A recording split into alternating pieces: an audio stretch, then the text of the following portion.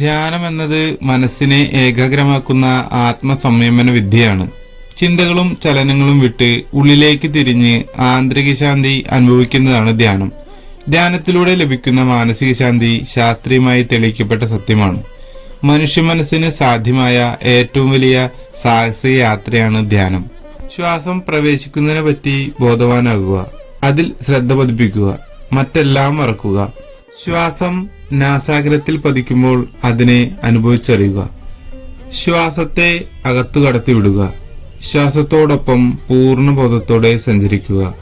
എങ്കിൽ മാത്രമേ ശ്വാസത്തിനും ഉച്ഛ്വാസത്തിനും ഇടയിലുള്ള വിടവ് ശ്രദ്ധിക്കാൻ സാധിക്കുകയുള്ളൂ. ശ്വാസം സാധാരണ രീതിയിൽ ഉള്ളിലേക്കെടുക്കുക. പുറത്തുവിടുന്നതിന് മുമ്പ് ഒരു മാത്ര ഉള്ളിലുണ്ടാകുന്ന വിടവും പുറത്തേക്ക് ശ്വാസം വിട്ടതിന് ശേഷം ഉള്ളിലേക്ക് എടുക്കുന്നതിന് തൊട്ടു മുമ്പുള്ള ആ ഒരു മാത്ര വിടവും മാത്രം ശ്രദ്ധിച്ച് 10 മുതൽ 15 മിനിറ്റ് വരെ ഈ സ്ഥിതിയിൽ തുടരാം.